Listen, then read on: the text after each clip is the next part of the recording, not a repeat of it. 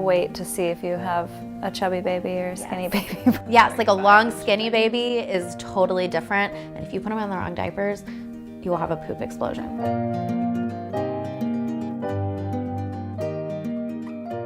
So being pregnant now and expecting a newborn this summer, what would you do differently? I definitely would have just put less pressure on myself. I just really wanted everything to kind of be perfect, which in retrospect is ridiculous. As you know, I knew I wanted to breastfeed and I wanted to do cloth diapers, and I was like, yeah, that's what I'm gonna do. And it's like, that's not me. But I put a lot of pressure on myself to like be this person, be like this great superhero single mom. And that doesn't work, really. I mean, it works until a point, until you're there. Obviously, you want to do your research and think about how you want to raise your kid. But when it comes down to it, just like chill out, basically. It's not good for you or the Trust baby. your own self. Looking back on it, especially when she was a newborn, I didn't enjoy it as much as I should have. Like everyone tells you, it goes by so quickly, but it really does go by so quick. So if you're spending that stressed out or wondering what you could be doing better or why your kid isn't doing X, Y, or Z, like it's just not fun. I'm leading up to my baby shower. So what would you maybe register different for, or like things that you totally didn't use, or things that you like wouldn't stock up on now or would stock up on now? Right. I registered for a lot of clothes, and that is dumb because people are gonna buy you what they want because everyone has their own vision of what cute baby clothes is, and they're all gonna buy them in like size 0 to 3, which is useless basically. I mean, it's not, but they grow out of it really quickly. So don't register for clothes because you're gonna get them and then you can return them. A lot of people like to register for diapers. I didn't, because I knew I wanted to do cloth diapers. But even when I started using disposables, the ones that you think might work, like some people love Pampers or love Huggies, like that might not fit your kid. So then you've got all these diapers. So kind of like wait to see if you have a chubby baby or a skinny baby.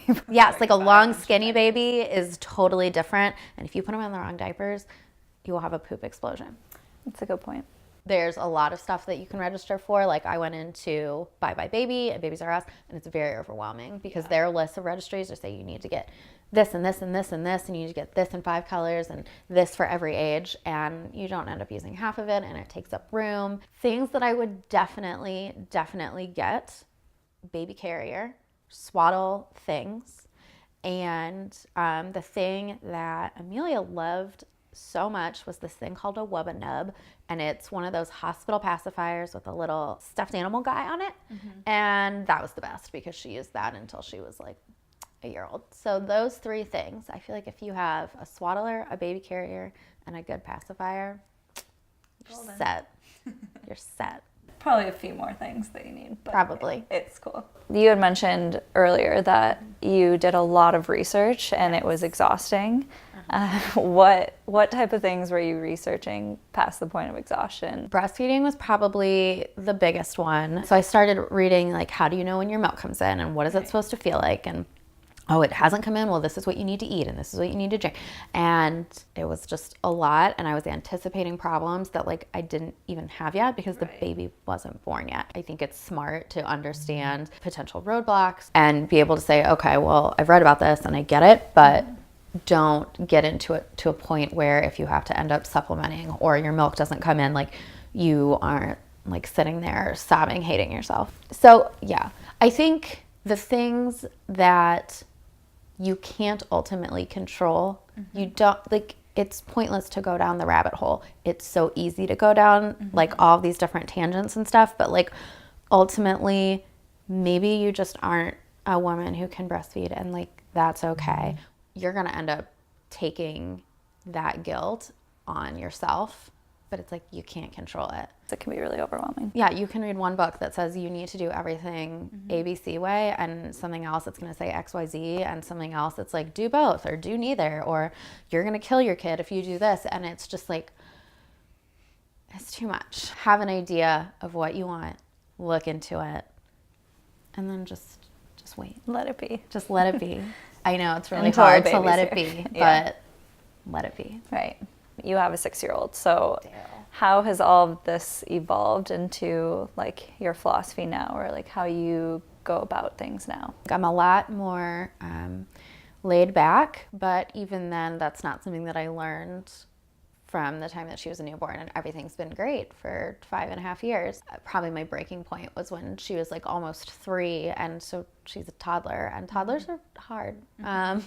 And she'd be crying, and I'd be crying, and she'd be having a tantrum over, one time she yelled at me because water was wet. Literally, it was too wet. Like, so I was so frustrated, and I just wanted everything to just be peaceful because we used to get along. We were best little friends, and just being a single mom, I wanted everything to be great. I wanted to be so good at what I was doing, and it was way too much for me. Like, I was sliding like into a real deep, dark place because I couldn't control everything.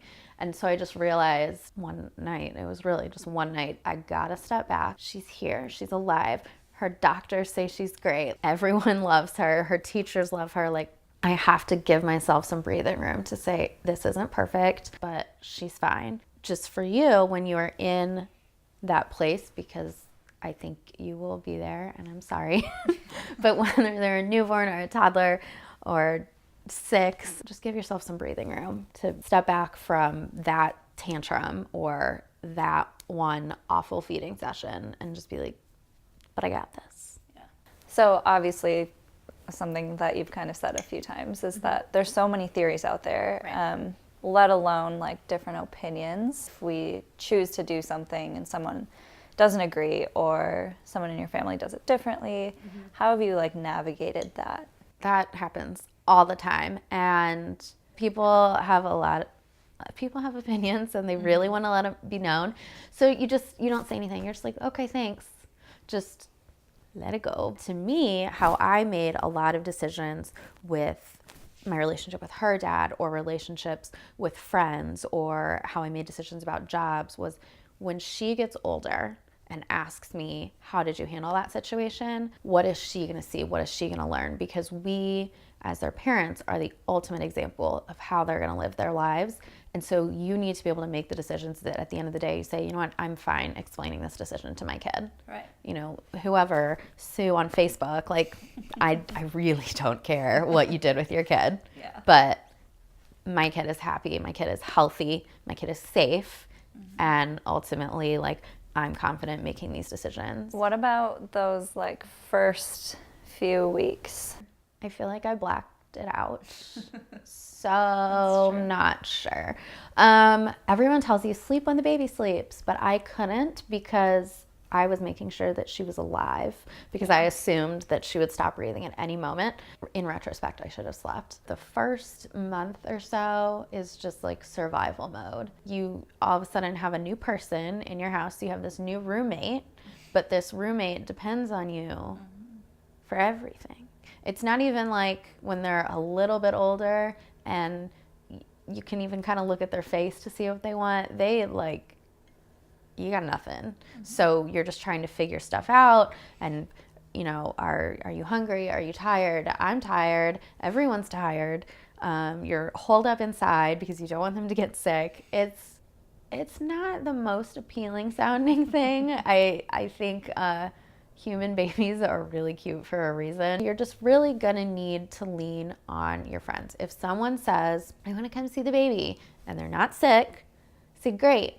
Would you bring over food? Or, you know, tell someone, you know, I really need help cleaning the kitchen. Just say it.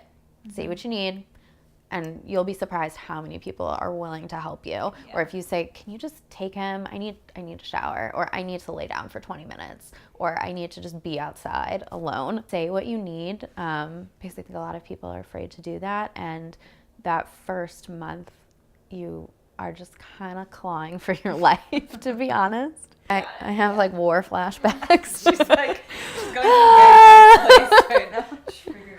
But it is so true. Like, you just say, I need food, and you're going to bring it to me because I'm not cooking anything. This is true. Nor am I going out. This is very true. I'm going to sit on this couch in my sweatpants and my bra. Luckily, Teddy does all the cooking, so it's great.